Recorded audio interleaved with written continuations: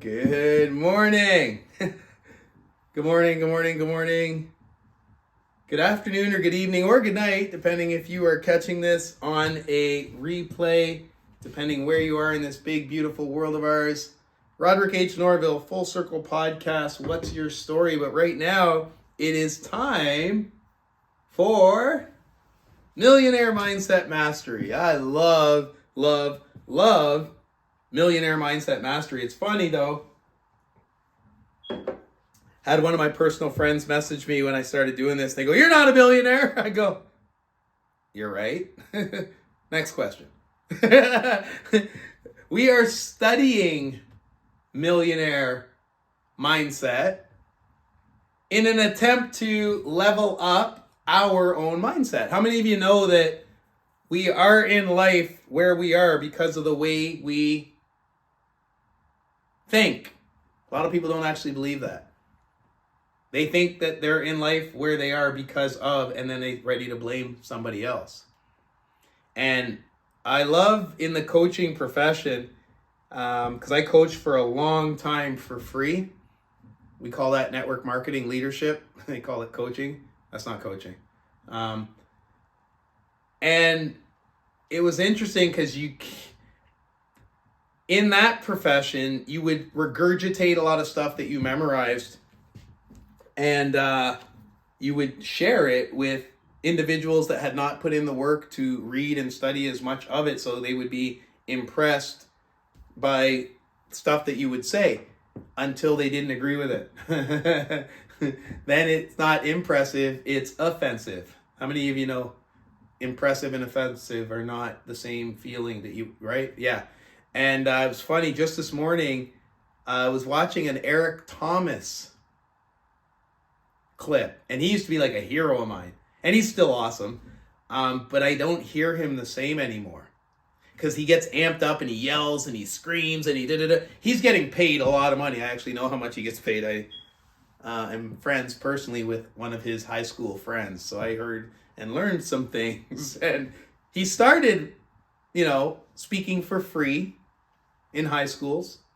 He wanted to make an impact and share his story. He used to eat out of trash cans, and everybody's got to start somewhere. But what I love about him and why he became like an idol of mine, and I know we shouldn't have idols, but why I kind of held him on this pedestal was he was self-proclaimed the number one motivational speaker in the world. He would say, "I am the number one motivational speaker in the world." He was saying that while he was eating out of trash cans, homeless. Don't miss what I just said. Back to my point. We are in life where we are because of the way we think. He thought himself out of homelessness and eating out of trash cans, and guess what he is today? The number one motivational speaker in the world. What are you telling yourself daily? I am an idiot. I am lazy. I am worthless. I am whatever you say after it. Yes, you are. In that moment. You can choose a better I am later in the day. How many of you have been guilty of an I am that didn't serve you? I'll put both my hands up and my feet if I could. Yeah, we all do it. So no, I am not a millionaire. I'm on track. And if I ever get there, what would that even mean? Aren't we all millionaires in one way or another? How many of you have your health? Okay.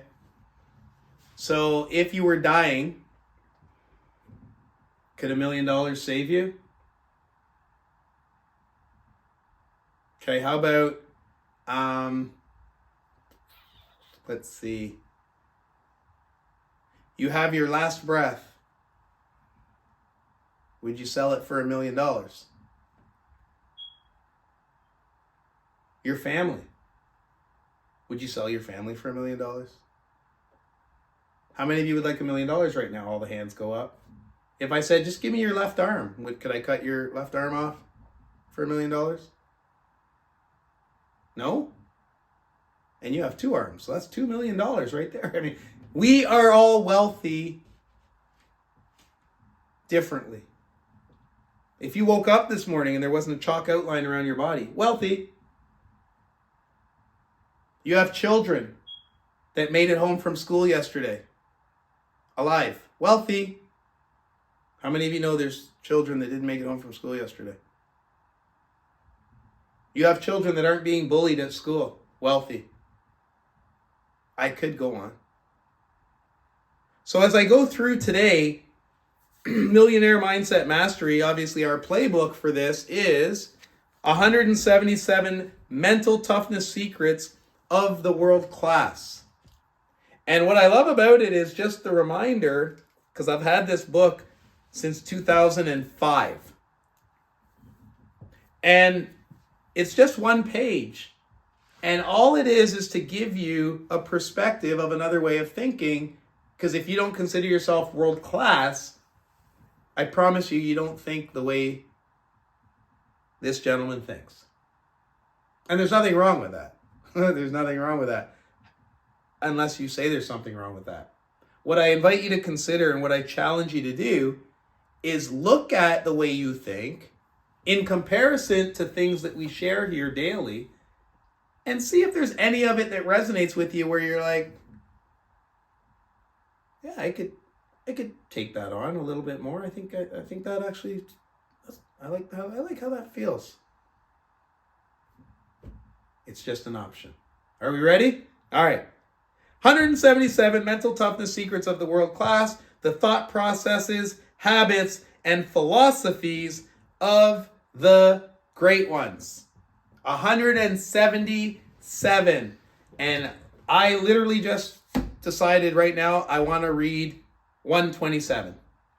I don't know why I want to read 127, but that's what I just felt as I was getting started.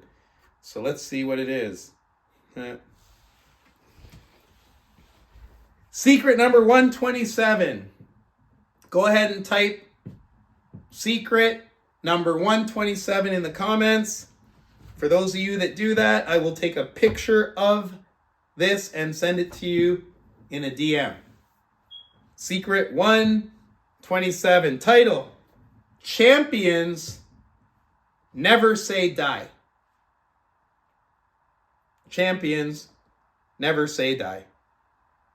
There's a quote. It says, Walter Payton, he was a professional football player. He lived from 1954 to 1999. My dad passed away in 1999.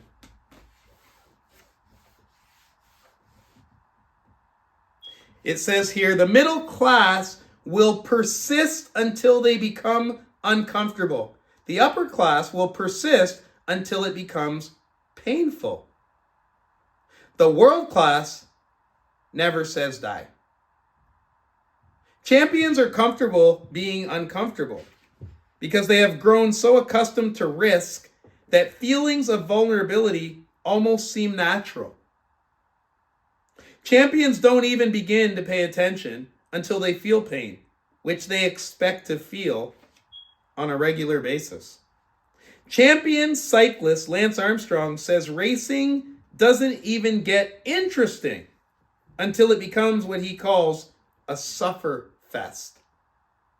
Even the upper class cannot compete with the world class. While good performers have a deep desire to win, the great ones are committed to winning. The distinction between the two thought processes is substantial. Failure to manifest the vision is not an option. Champions will do it or die trying. The mantra they love to expose is whatever it takes. The great ones are masters of self-denial, suffering, and sacrifice. They do it all to live their vision. If you're going to go up against the great ones, you better pack a lunch. It's going to be a long afternoon. Short and sweet today. How many of you got something from that? Like, that's it. It's done. That's it. And it was like, it's just about this big. But did that pack a punch? Failure is not an option to champions. They never say die. They are in it to win it, and it's not over until they win. So here's your action step for today. Your mission, if you choose to accept it, ask this critical thinking question. How committed am I to achieving my ultimate vision?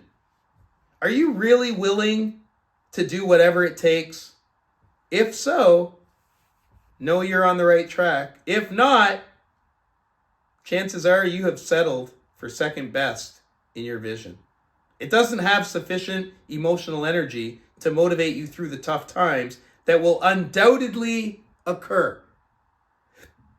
If the latter is the case, do some soul searching and rewrite your vision.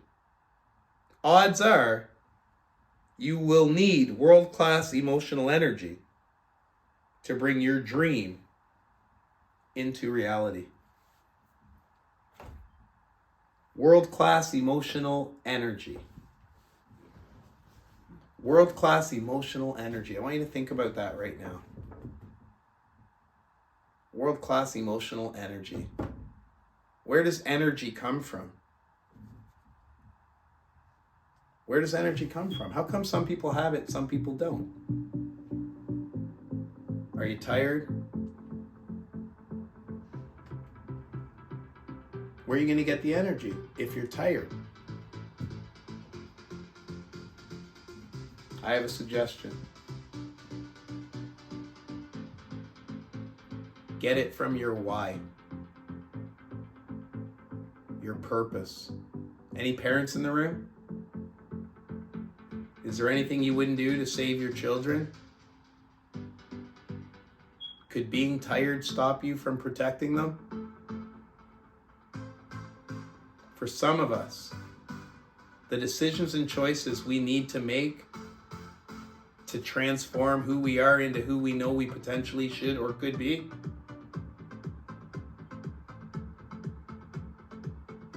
what's stopping us? And is it more important than our kids? I don't think so. Not in this group.